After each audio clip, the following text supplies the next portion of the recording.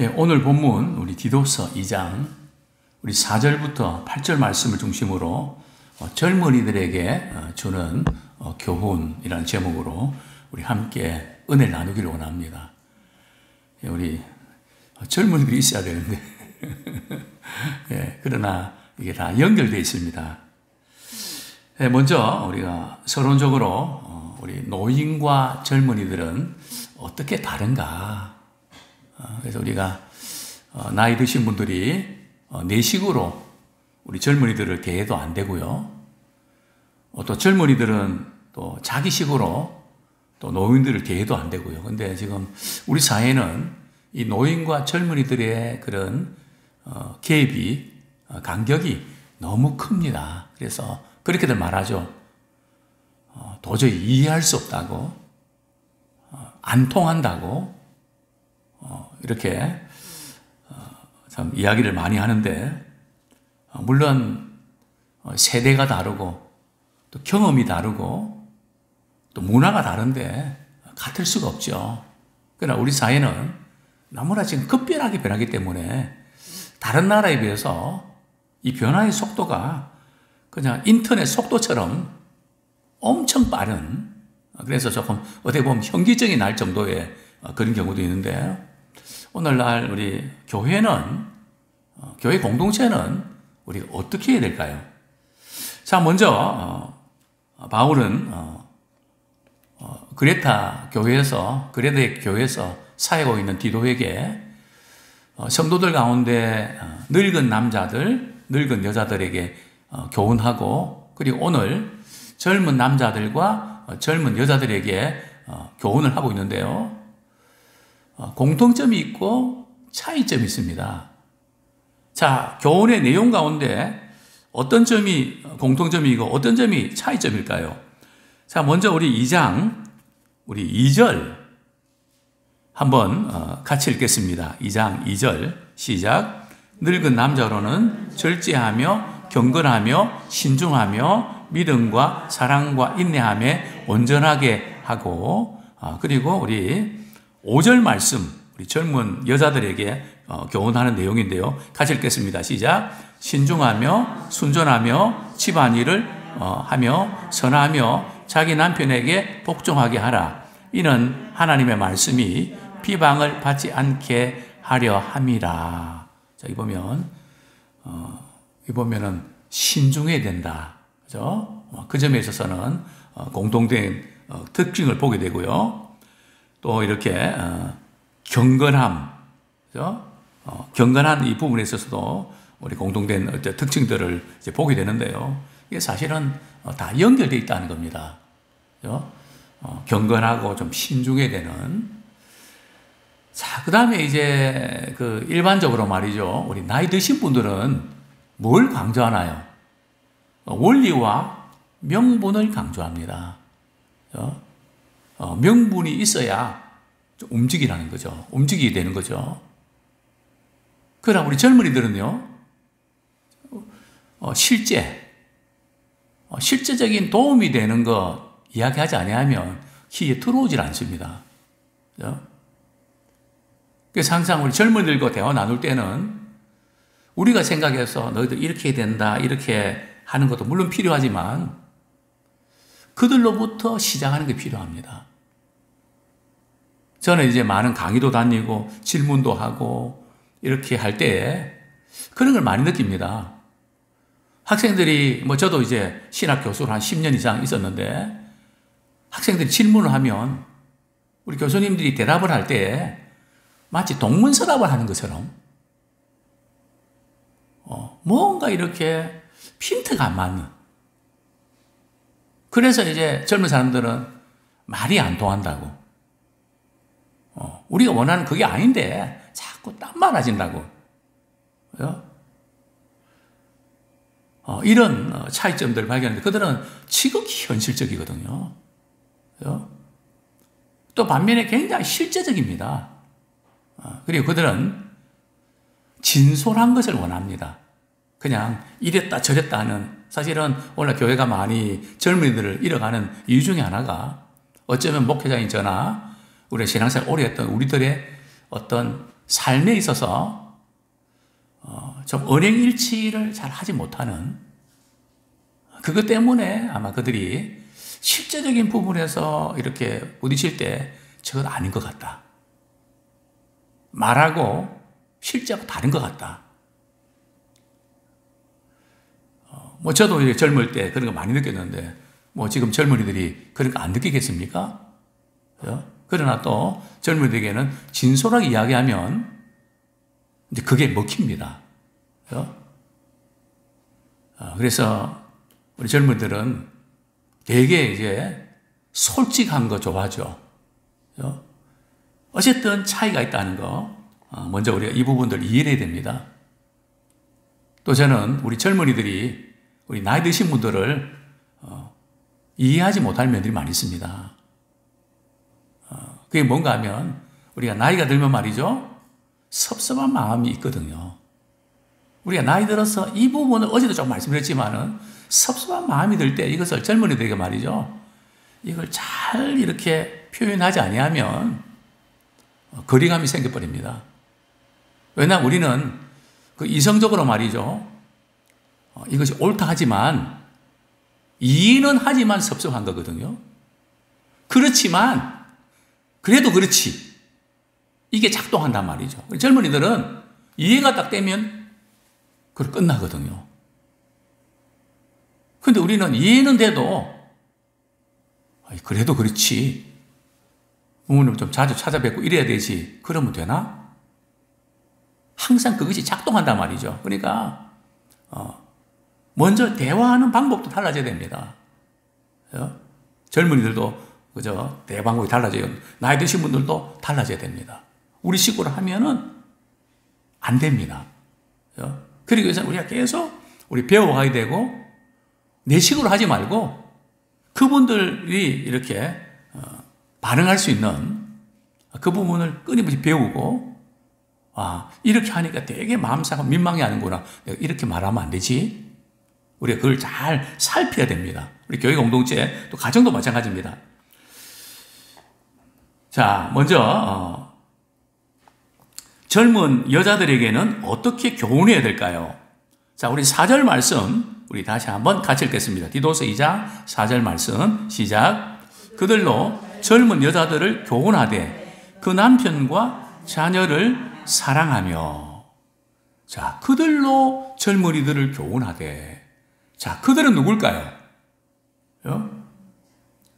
그들은 그들이죠. 그들은 늙은 여자들. 그러니까 교회라는 공동체 속에서는 말이죠, 또 젊은 여자들에게는 물론 목회자도 어떤 점에서 또 이렇게 교훈해야 되지만, 바울이 지금 강조하고 있는, 지금 그레타 교회에는 영적으로 굉장히 안 좋고 문제가 많거든요. 그것을 전제로 해서 지금 교훈하고 있는데, 젊은 여자들은 누가 교훈하라고요? 늙은 여자. 참 표현이 늙은 여자, 젊은 여자, 젊은 성도, 나이 드신 성도님, 이렇게 우리가 표현할 수 있겠는데요. 왜 그럴까요? 그죠? 자기들이 알아서 이렇게 하라고 하지 않고, 왜 나이 드신 권사님들이 젊은 집사님들에게 교훈하라고 부탁했을까요? 간혹 이제 제가 설교하고 제 집사람이 또 이렇게 주일학교 애들 또 간혹 특강 같은 거 할 때에 누구 특강이나 이것이 누가 잘 들어오나요? 제가 잘 들어오나요? 저희 이제 아내가 할 때 잘 들어오나요? 아마 틀림없이 저희 아내가 할 때 잘 들어올 겁니다. 왜냐하면 굉장히 실질적이고 또 구체적인 편이거든요. 여자들은 또 섬세함이 있잖아요. 그래서 이런 부분들은 우리 남자들이 이렇게 할 수 있는 것은 한계가 있습니다. 그죠? 이것을 다 경험했던 아이도 낳아보고, 시어머니도 모셔보고, 그죠? 손자도 키워보고, 이런 경험을 가진 나이 드신 우리 성도님들이, 권사님들이 이제 젊은 우리 성도들을 교훈하고 이건 이렇게 된다. 물론 위로하고 격려도 해야 되지만 우리가 교훈하는, 그렇죠? 어쩌면 우리 사회는 말이죠, 자녀 교육에 있어서 참말 우리가 잘하고 애쓰고 참 수고하는데 우리가 놓치고 있는 부분들은 바로 나이 드신 부모님들이 자녀들에게 잘못된 것은 꺾어줘야 되거든요. 그러나 키가 꺾이지 않기 위해서 꺾이는 아픔이 없으니까 이 아이들이 성장해서 직장 생활을 못합니다. 누가 조금 싫은 소리 하면 못 참거든요. 그렇죠? 이게 가정교육을 통해서 또 교회도 마찬가지입니다. 이제 이번 주일부터 이렇게 보시면서 이제는 우리 신앙을 끝나지 않고요. 언젠가 내가 주님 부르심 받고 또 우리가 언젠가 또 이렇게 함께 신앙생활 하지 못할 그때가 오는데 내가 섬겼던 교회에 우리 집사님들, 아무개는 정말 귀하고 저 집사님에게 내가 힘이 되고 또 정말 주님 사랑하고 교회 사랑하는 마음 이렇게 갖도록 해야 되겠다. 그런 분 있다면 하나하나 이렇게 좋은 이야기 해 주십시오. 왜냐하면 그들은 경험하지 잘 모릅니다. 뭐 신방 때도 먼저 밥 먹고 시작해야 되는 건지 뭘 또 어떻게 되는지 우리 권사님은 잘 아시지만은 우리 젊은 분들은 잘 모를 수 있습니다. 그래서 그런 거 볼 때에 기분 나쁘지 않게 이거는 이렇게 하는 거고 또 이렇게 해야 되는 거다. 이렇게 젊은 여자들을 교훈을 해라. 자, 그런데 교훈을 하는데 교훈의 내용이 뭘까요? 첫 번째가 바로 이제 남편과 자녀를 사랑해라. 그죠? 남편과 자녀를 사랑해라. 예. 예, 남편과 자녀들을 사랑해라. 이렇게 하고 있는데요. 참 이 부분이 대단히 중요합니다. 그죠? 제일 이제 중요한 부분들이 우리가 신앙만을 교회 생활을 강조하면서 가정의 일은 마치 소홀히 해도 되는 것처럼 생각할 수가 있거든요. 물론 우리는 영적인 것에 우선순위를 두어야 되지만 또 아내의 역할 가운데 우리가 가정의 일을 잘 해내는 것, 그것이 또한 선한 일입니다. 굉장히 중요하다는 거죠. 그래서 저는 간혹 이렇게 신앙 때문에 가정 일을 제대로 챙기지 않아서 문제가 되는 오히려 불신자가 말이죠. 그런 모습 보고 신앙생활을 접는, 저건 아니지 않나. 노모가 아파서 이런데 이렇게 이건 너무 심하지 않나. 그러면서 저한테 목사님 이거는 맞습니까?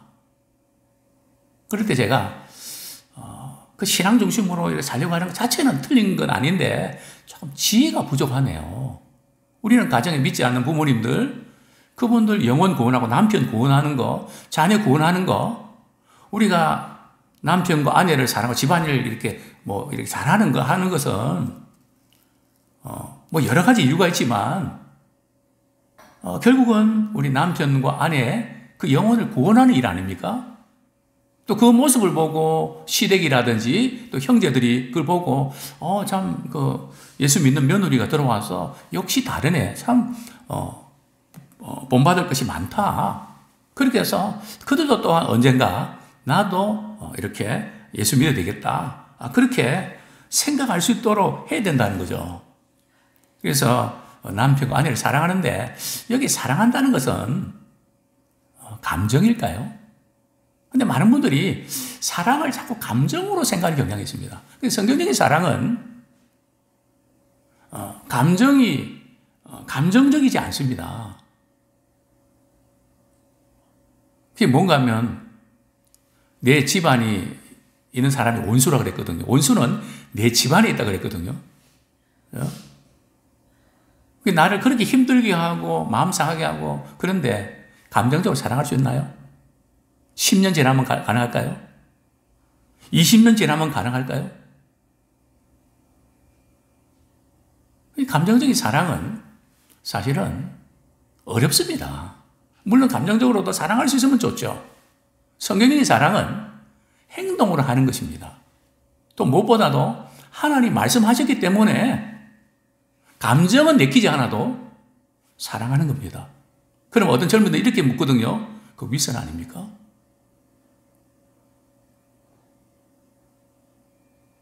내가 마음에 미워서 죽겠는데 사랑하는 척 하는 것은 윗선 아닙니까? 그 말도 전혀 틀린 것은 아닙니다. 그러나 감정적인 사랑은 한계가 있습니다. 성경에 말씀하고 있는 것은 내 원수를 사랑하라. 원수를 위해서 기도하라. 이것은 네가 감정적으로 사랑하는 마음이 생기면 그렇게 하라는 뜻은 아닙니다. 그런 마음이 안 생겨도 우리 하나님께서 우리가 주님과 원수 되었을 때에, 죄인 되었을 때에 자신의 독생자 예수를 보내주셔서 우리를 사랑하신 것처럼 내가 너희를 사랑한 것처럼 너희도 그렇게 사랑해라. 주님이 그렇게 하셨기 때문에 우리는 그렇게 하는 겁니다. 감정이 있어서 하는 게 아니고요. 주님이 말씀하셨기 때문에 그렇게 하는 것입니다. 근데 우리는 나는 마음이 동하지 않아서 절대 안 합니다. 마음이 언제 동하나요? 우리 스스로 그냥 불같은 사랑이 찾아오나요? 물론 성령께서 우리에게 사랑을 부어주실 때 어느 정도는 또 분명히 가능할 겁니다. 그러나 성경이 말씀하고 있는 사랑은 남편이 못마땅하고 참 믿고 그래도 하나님이 너를 사랑한 것처럼 사랑해라. 그게 제일 중요한 것은 말이죠. 우리 믿음의 식구들이 우리 자녀들, 손자들 볼 때 꼴보기 싫어 죽겠다. 이것부터 해결해야 됩니다. 그냥 볼 때마다 사랑스럽고 말이죠. 근데 이게 나한테 뭐 잘하고 못하고 그런 것만은 아닙니다. 물론 서로가 잘 박자가 맞으면 쉽습니다. 그렇지 않은 게 어려운 게 사실이지만 적어도 저녁기도 오신 우리가 말이죠. 우리 자녀들 대할 때, 그죠? 그저 보고만 있으면 좋고 귀하고 위로해주고 싶고 격려해주고 싶고, 그죠? 그래서 무엇보다도 우리는 남편과 자녀들을 우리 사랑하는, 우리가 언젠가 우리 이 세상을 떠나고 우리 아이들 곁을 떠날 때인데 못한 것이 생각나는데 어떤 게 생각날까요? 사랑하지 못했던 거. 100% 단언합니다. 왜냐하면 제가 목회하면서 모든 분들이 그랬으니까요. 사랑하지 못했던 거 용서해달라고. 자, 두 번째는 뭘까요? 신중하며 순전하며. 그죠? 신중하며 순전하며. 그죠? 이게 어떤 의미일까요? 신중하고 순전하는 것은 우리 젊은 여자들은 말이죠. 말과 행동에 있어서 정말 신중하고 또 모든 면에서 순전해야 됩니다. 이것을 우리가 나이 드신 분들이 젊은 분들에게 가르쳐야 된다는 거죠. 가볍지 않고 판단하고 생각하고 말하고 이 모든 것이 그런 모습을 우리가 보여주는 그것이 대단히 중요합니다. 그 다음에 집안일을 하며 선하며, 그죠? 집안일을 하며 선하며, 참 집안일을 하는 거, 이 부분에서도 우리가 몸을 보여야 됩니다. 우리가 이렇게 믿지 않는 우리 가정에서 이렇게 때로는 뭐 명절을 맞고 이러면 자꾸 문화가 다르고 이러지만 우리가 할 수 있는 부분들은 정말 잘해야 됩니다. 또 뭐 이렇게 뭐 돈이 좀 들어가고 이럴 때 우리가 좀 가능한 범위 내에서는 좀 우리가 베풀고 와야 됩니다. 그죠? 그래서 항상 이제 저는 목회하지만, 참 이런, 내가 베풀고 섬긴다. 내가 쏜다. 그죠? 누구 바라지 아니하고, 그냥 항상 그 어떤 부분에서 그건 내가 한다. 해도 조금 하는 게 아니라 크게 한다. 내가 할 수 있는 범위에서는 정말 최선을 다해서 한다. 그죠? 그래서 그것을 바라볼 때 말은 하지 않아도 느끼는 게 있거든요. 그죠?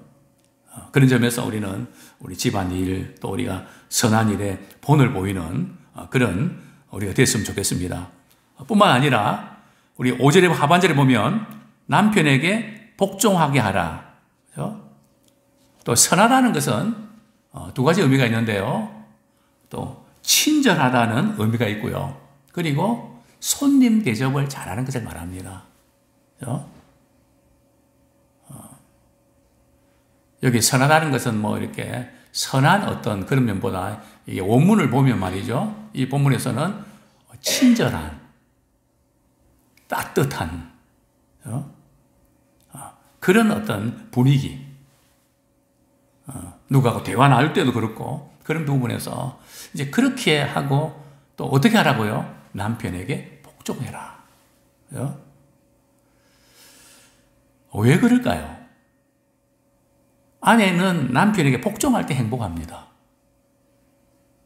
근데 많은 이렇게 페미니즘 이런 주장하는 분들은 왜 동등하지 복종해야 되냐고.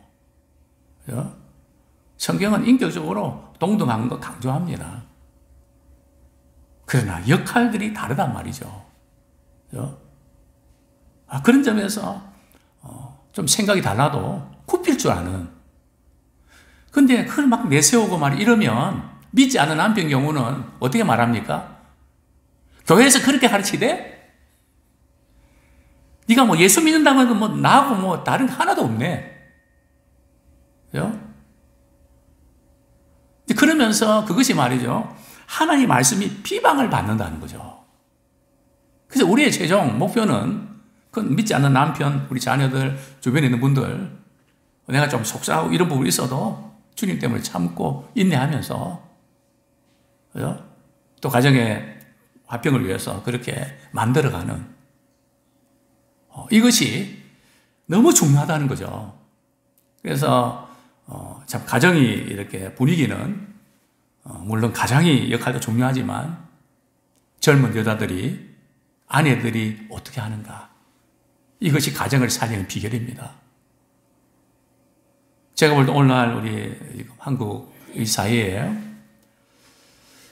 가정이 무너지고 있다. 그것을 어떻게 아는가 하면 우리 교사들의 이야기를 들어보면 여러 번 말씀을 드렸지만 말이죠.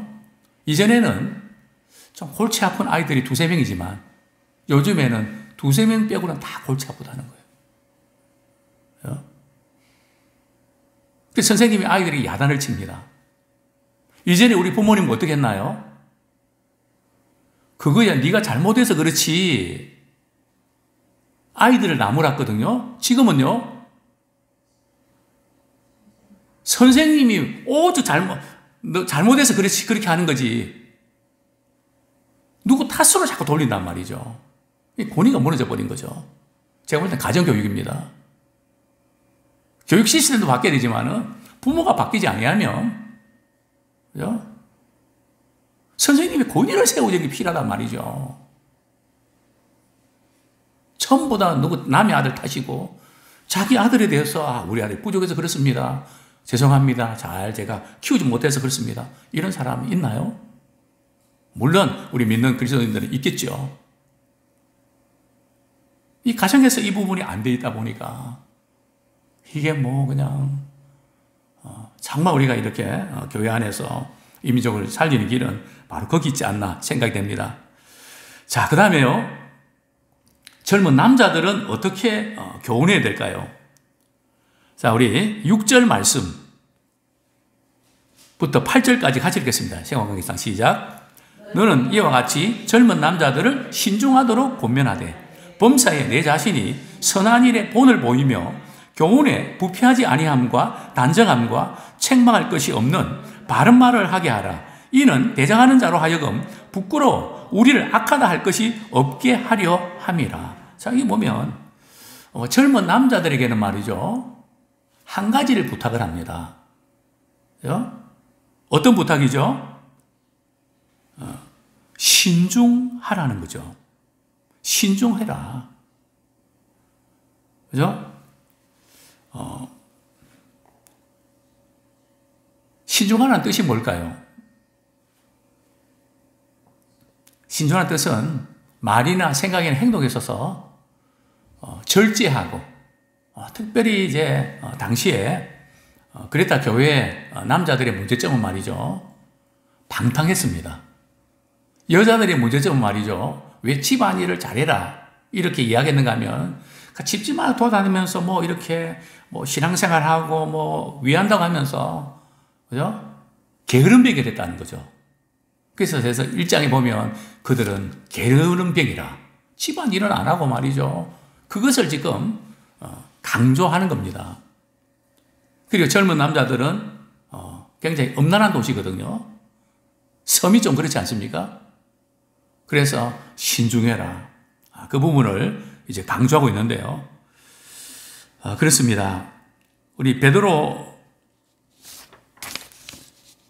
우리 디모데후서 2장 22절, 여기 신중하라는, 특별히 젊은 남자들에게는 이런 문제가 대두가 되죠. 디모데후서 우리 2장 22절 앞부분입니다. 같이 읽겠습니다. 시작. 또한 너는 청년의 정욕을 피하고 주를 깨끗한 마음으로 부르는 자들과 함께 의와 믿음과 사랑과 화평을 따르라. 그렇죠? 청년의 정욕을 피하고 주를 깨끗한 마음으로 부르는 자들. 그렇죠? 이 부분이 이제 신중하다 하는 부분을 다루고 있는데요. 자, 먼저 우리 다시 본문 돌아와서 말이죠, 7절, 8절은 누구에게 한 말일까요? 젊은 남자들입니까? 디도입니까? 이 성경을 우리가 읽어갈 때 이 부분이 좀 어렵습니다. 그죠? 자, 7절 보면 범사에 내 자신이 선한 일에 본을 보이며, 여기 내 자신은 누굽니까? 디도입니다. 그게 7절, 8절은 말이죠, 이 젊은 남자들을 이렇게 교훈할 때는 목회자나 지도자나 오랫동안 신앙생활을 하셨던 분들이 이제 삶으로 본을 보이는, 본은 보이지 않고 뭐 이렇게 해라 저렇게 하라 하면 이렇게 반발을 하게 되거든요. 특별히 남자들은 남자와 아내와 이 남편이 말싸움하면 누가 이기나요? 여자가 이기죠. 왜냐하면 머리가 긴데요. 머리가 길다는 게 혀도 길거든요. 말은 못 당합니다. 다 맞거든요. 그 남편이 볼 때는 그것도 아닌데 그는 말을 잘 표현을 못 해요. 저도. 그죠? 분명히 그렇습니다. 그러나 남자들은 말이죠, 말은 그렇지만 하는 것을 보고 감동을 받아서 변화되거든요. 그죠? 그래서 이제 나이 드신 분들이 본을 보이는, 앞으로 우리 예람교회가 점점 주님 기뻐하시는 건강한 교회가 되기를 원하는데요. 그러기 위해서는 우리가 먼저 말이죠, 먼저 믿은 우리 젊은이들에게 선한 일에 본을 보여야 됩니다. 그럼 그대로 따라합니다. 어쩌면 우리 아이들이 본 것이 없어서 그럴 수 있습니다. 그러나 보여주면 그대로 합니다. 우리 아이들은 단순하거든요. 젊은이들은 단순합니다. 보여주면 그대로 합니다. 그래서 우리는 이런 부분에서 선한 일에 본이 되고요. 그 다음에 또 7절 하반절에 보면 교훈에 부패하지 아니함. 이게 무슨 뜻입니까? 당시에 거짓 교사들이 잘못된 교훈을 이렇게 가르쳤거든요. 그 잘못된 교훈은 도대체 뭡니까? 우리 디도서 1장 11절 말씀. 디도서 1장 11절 말씀 같이 읽겠습니다. 시작. 그들의 입을 막을 것이라. 이런 자들이 더러운 이득을 취하려고 마땅하지 아니한 것을 가르쳐 가정들을 온통 무너뜨리는도다. 그죠? 자, 그들은 뭐가 교훈을 가르친다고 하지만 부패했다는 거죠. 그 부패한 게 뭘 의미하는가 하면은 말씀은 그렇게 가르치지만 결국은 자신의 이익을 위해서, 자신의 어떤 목표를 이루기 위해서 동기가 잘못됐다는 거죠. 그죠? 이것이 교훈에 부패했다는 겁니다. 그죠? 뿐만 아니라 우리 7절 단정함과 책망할 것이 없는 바른 말을 해라. 그죠? 또 교훈할 때도 그죠? 단정해야 된다. 그죠? 참 이 품격이 있어야 된다는 거죠. 오늘 제가 이제 오늘 6월 6일 현충일이잖아요. 현충일 이제 기념식을 하면서 윤 대통령이 이제 그 주도 연설하는 걸 제가 잠깐 들었습니다. 근데 그 한마디가 탁 들어오더라고요. 나라의 품격은 누구를 어떻게 기억하는 것에 달려있다. 그죠? 어떤 사람을 기억하고 어떤 사람을 존경하고 그게 달려있다는 거죠. 우리 신자의 품격, 그죠? 구원의 주님을 기억하고 말씀을 기억하고 그래서 삶 속에 실천하는 그것이 신자의 품격이라는 거죠. 그죠? 정말 이제 우리 연세 드신 분들, 우리 후배들에게 이런 참 존경스럽고 귀한 신앙의 품격을 보여주고 거룩한 영향을 끼치는 우리가 되기 원합니다. 끝으로 책망할 것이 없는 바른 말, 바른 교훈을 해라.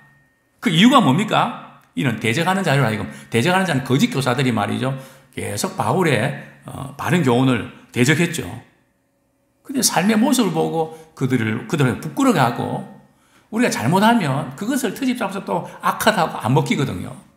그래서 우리는 말씀과 이 삶이 같이 가야 우리 열매를 맺게 됩니다.